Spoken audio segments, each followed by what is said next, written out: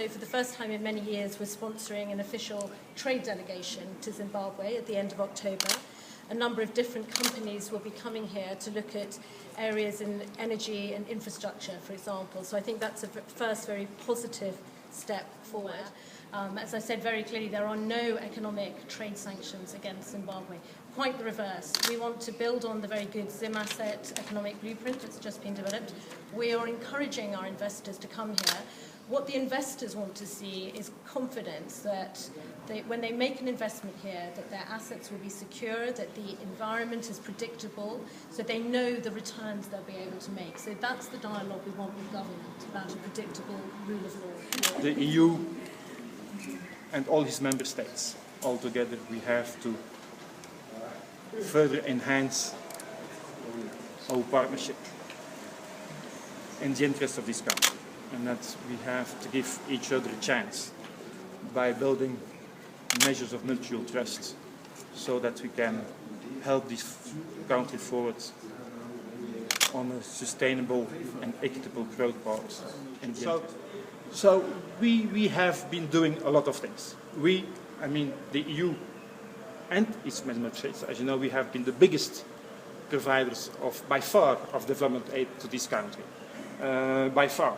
And the EU as such and UK are two of the biggest bilateral donors to this country with the US. So we are engaged in this country. Take that, believe us, we are engaged, we want to go forward, but we have to create the conditions to go further. And these conditions include indeed building a more conducive environment for investment, to create confidence also among the people. So the rule of law has to be strict. Give us a chance to help government achieve this.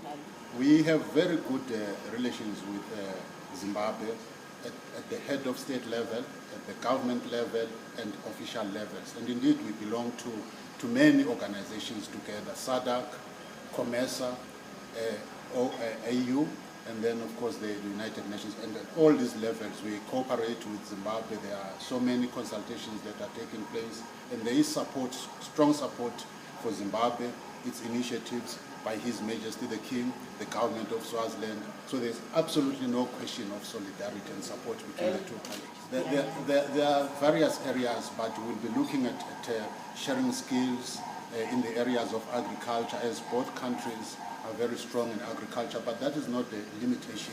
There are other areas of trade that we'll be pursuing in collaboration between my colleagues here in Zimbabwe. We'll be trying to map up a strategy where there will be exchange of visits, exchange of ideas.